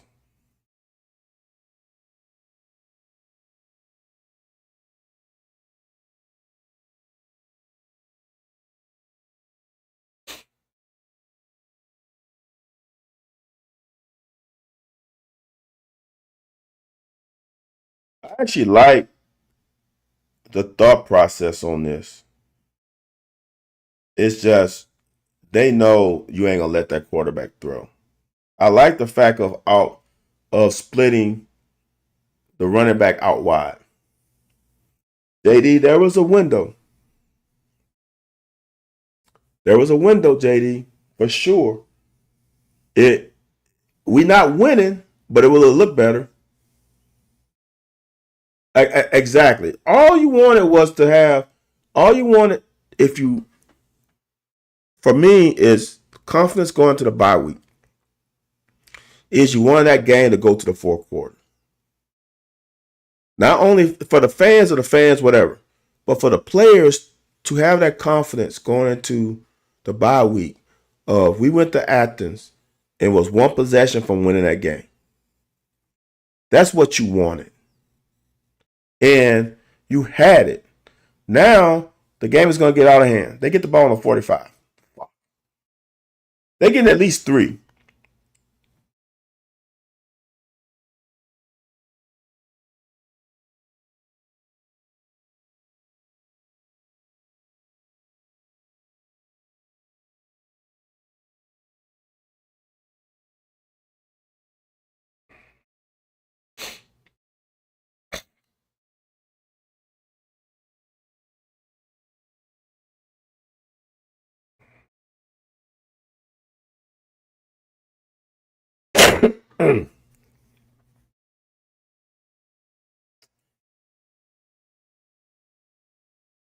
I don't know, y'all. For me, when there's reduced alignment, and this is why like people complain about Scangarello going reduced alignment a lot. It is a killer for offense, for defenses, if you're good at it. See, for me on a reduced formation, this corner to me has got to be way outside. Because what else? What are they gonna do? If they're gonna run a pass play, they gotta come to you. So with him being so tight, now we're fucked. Now they outside. That's a great play by Green.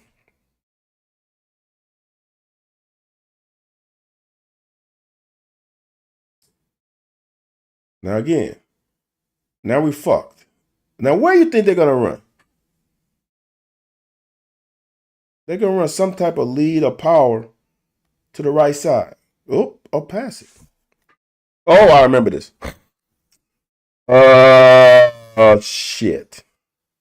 We actually played this fucking very well. Now, obviously, they was gonna go for it, but that is a bullshit ass hole. That's a ball that's fucking like, come on. But we get beat at the line of scrimmage. We get beat right there. Why you turn your shoulders? Be patient. Why you open the gate? There's no reason to open the gate. Damn.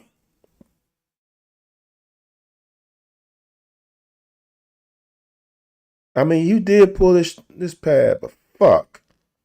So now they 1st and 10. Now that's not to say they don't make it on 4th and 1, but let's try.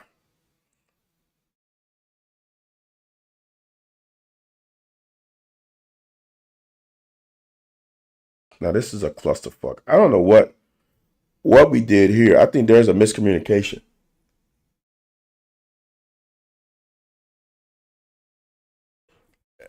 Yeah, AJ, I hear you.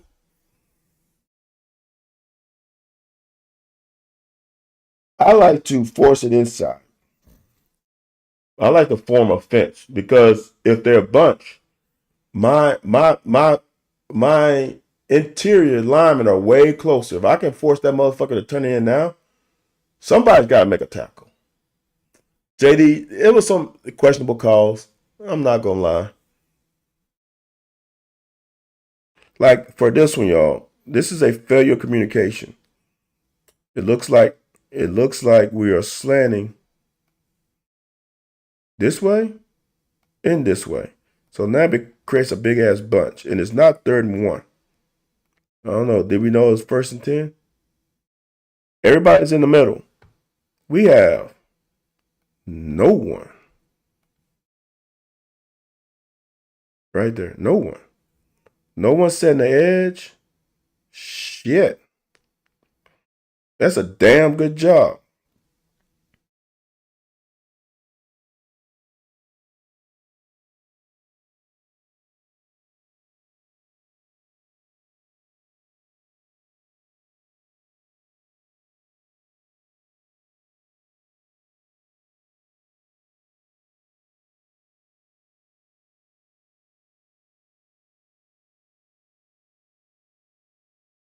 Linebackers got cut off when he went over the top trying to scrape.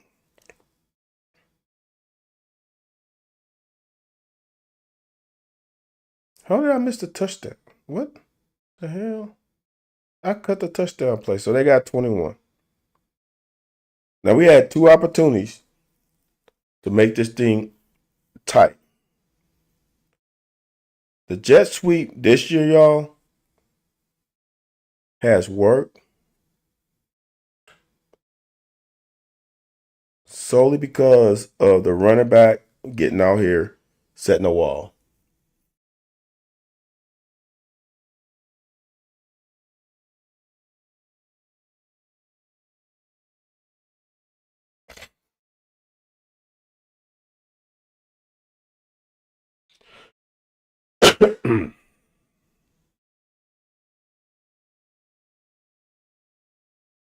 Ooh-wee. This was so close, y'all. This was so close. If Seth had a little bit more patience on his cut, when he cut back, and if he could have got right in here. Oh, come on, man. He could have got right in there. Woo-wee.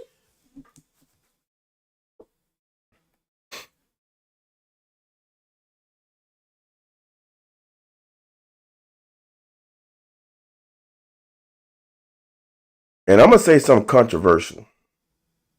I don't know if I got all of the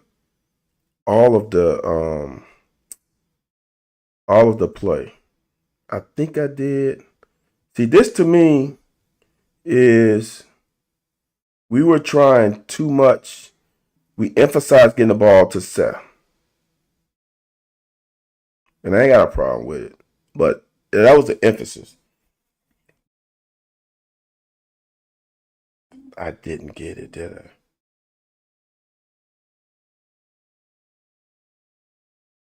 So, damn it. I didn't show the whole play. So, because we called timeout. A lot of people got pissed off about the play clock getting ran down. And I totally get it. But if you watch the play from its entirety, Cutter is like, he's looking. These guys over here didn't want these guys to get another chance. So they said, let's just run the clock down. So, in the grand scheme of things, if you look at it, look at the entirety of this thing. See, this is one where I think another one's patience. Watch this. If Kendrick Law cuts here. Woo! Well, JD, they had to call timeout. They had to call timeout because the play clock was there. So if Kendrick goes here, this is why, JD, this is why I'm going to show you why it's not bad. If Kendrick turns it up there, if Kendrick turns it here, y'all, it's touchdown.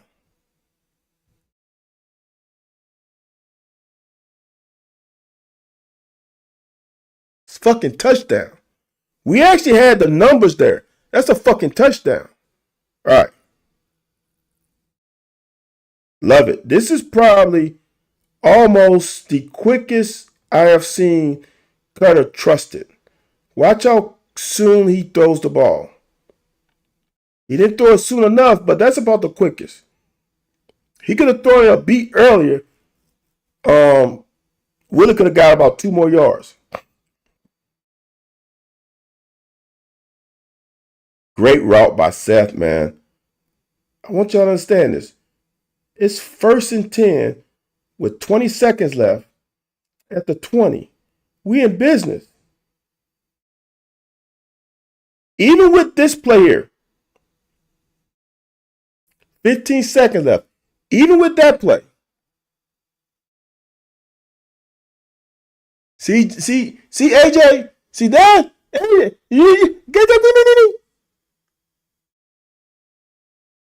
AJ said you have to burn time there because you get stopped on 31. Georgia's burning a timeout and get the ball with 120 or so. Ding, ding, ding, ding, ding, ding. But see, brother AJ, the bad part about it is this. Like I said, like I'm honestly saying this, and I wholeheartedly believe this. The reason why people are upset about this Georgia game is because what happened at South Carolina. It ain't got nothing to do with this Georgia game. It has everything to do with South Carolina. The same thing with the operations here has everything to do with previous operations. But I'm telling you, if I go back to all the previous operations, I can remember like a couple of them that was bad. Bad without any explanation. I can explain all the rest of them away. This one to me was obvious because they did that shit on purpose. You can agree or not, but you can agree with the method, but that was not unorganized. That was on purpose. That was intentional. All right. This is what's so crazy about it.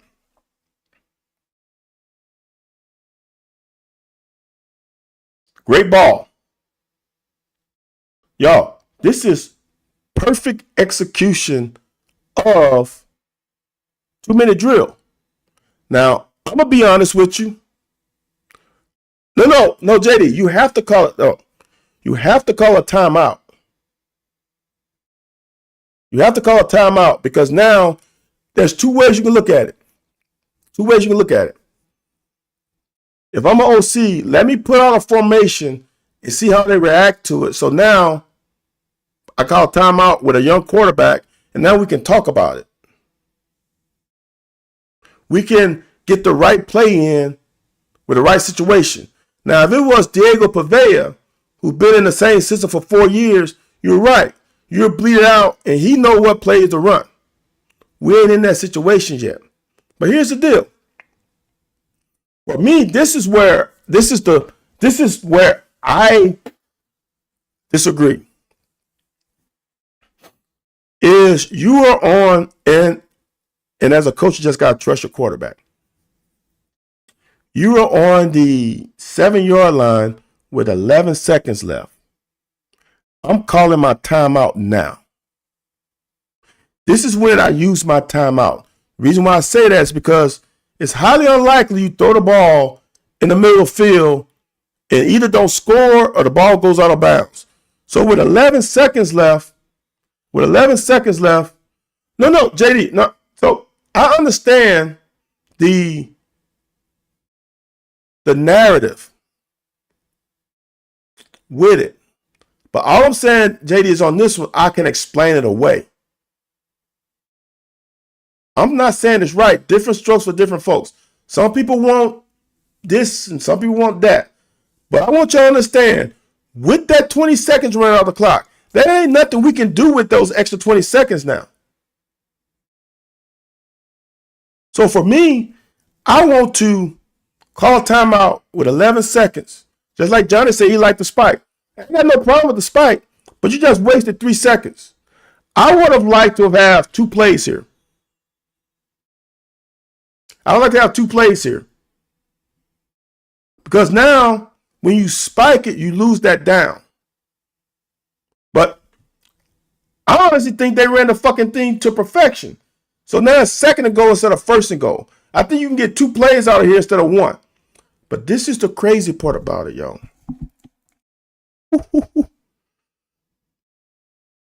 See, JD, I don't think it's fear. I think it's, you want to call it analytics? I think it's, I'm going to play this thing and get points without Georgia touching the ball again.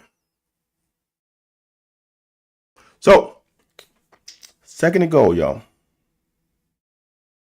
Do I have the end zone cut? No. All right.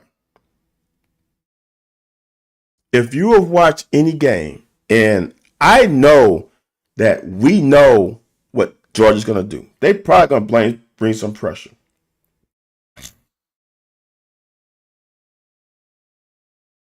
Wide open. All right. So what happens is Cutter got fooled. But this is the problem Cutter has is when it's not open, moving on. Sometimes. This is a great call if Cutter can get to it. I'm going slow motion. He wants to throw. They got a smash route. They got a hitch sail route. It's not open. That corner's sitting there. All right. We got a here. This bitch is wide open. Watch it.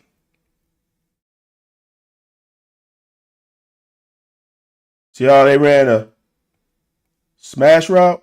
But that corner, these 3 guys basically play in and out on all 2. Okay? So now there's no reason to keep looking because he's running into him. Bruh, if Cutter threw that ball right, oops, that doesn't show up. He threw that ball right in there. It's touchdown. It's 14-21. Because I'm trying to figure out what does he think is going to happen over there. So instead of looking down on the ground, know where your other pass is. Whom else do you have in the route? Who else do you have in the route? Right? You got 4 guys in the route. You got 2 over here. You got 2 over there. So where's your other route concept? And honestly, there's no reason for him to drift. There's no reason for him to drift. But boy,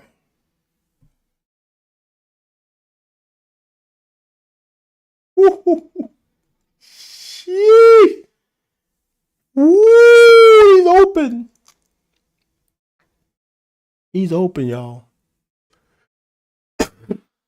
He's open. He's open. He's open. He's butt naked open.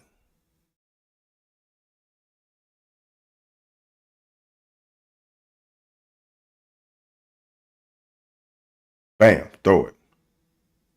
Throw it right there. That's your chance to throw it right there. There's your chance to throw the ball right there.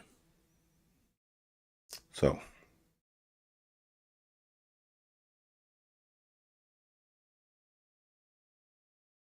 it is hard. I've been there. I think that's Harley Gilmore, JD. Hey, I've been there. Like I said, my senior year, we got a new offensive coordinator. That guy changed. I'm gonna say this. That guy changed my life. Let me see, Jay.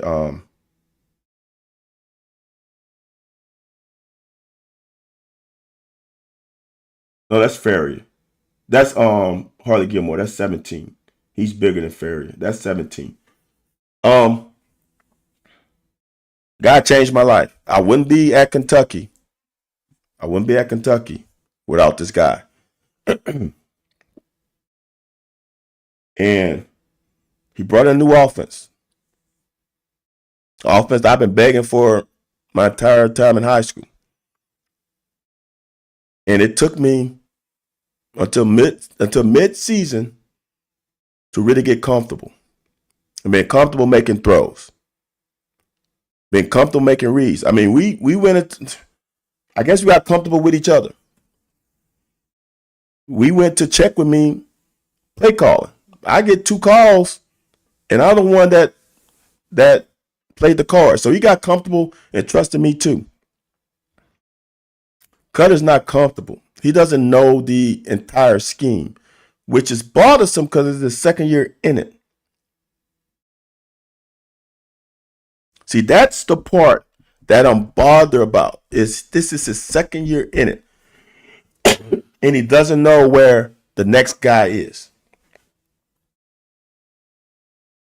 Once he knew that the smash route was done, and I understand why they ran a smash route if they was playing man, because a smash route.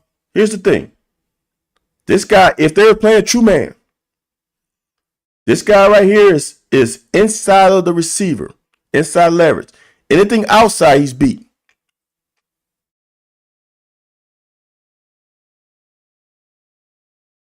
No, JD, no, not my estimation, because you know where your guy is.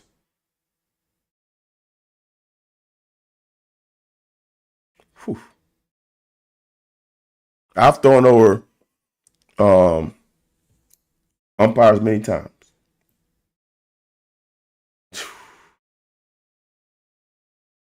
That's just scary. And that's the difference between great quarterbacks and good quarterbacks. It's just like Stockton threw that no look pass, right? They got that big play.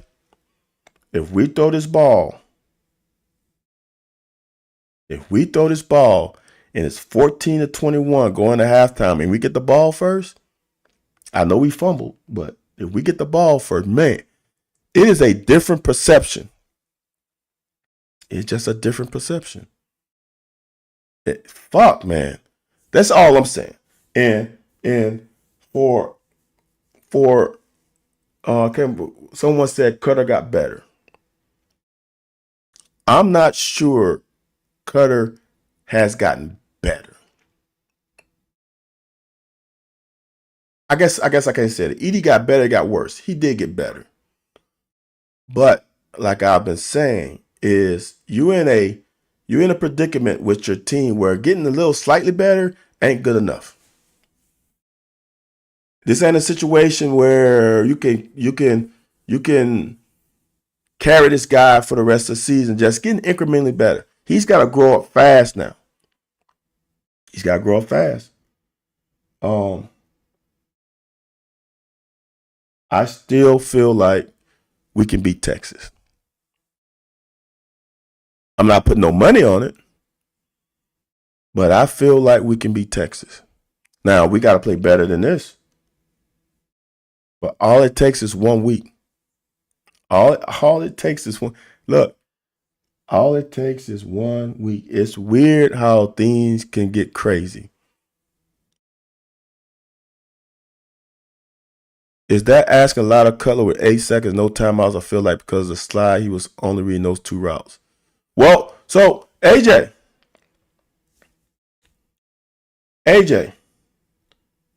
if that's the case, and he's only reading that side, and you know how much time you have on the clock, now I'm extra pissed.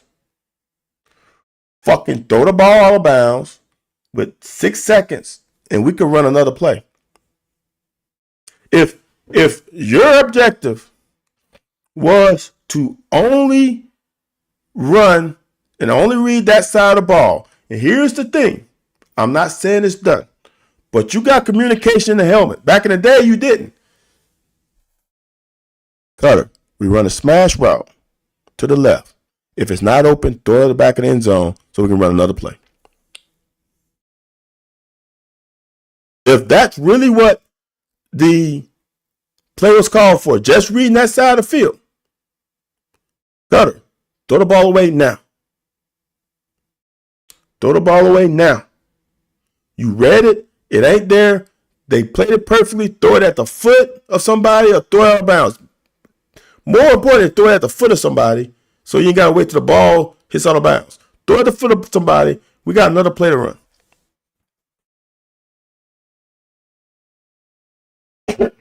All right, y'all.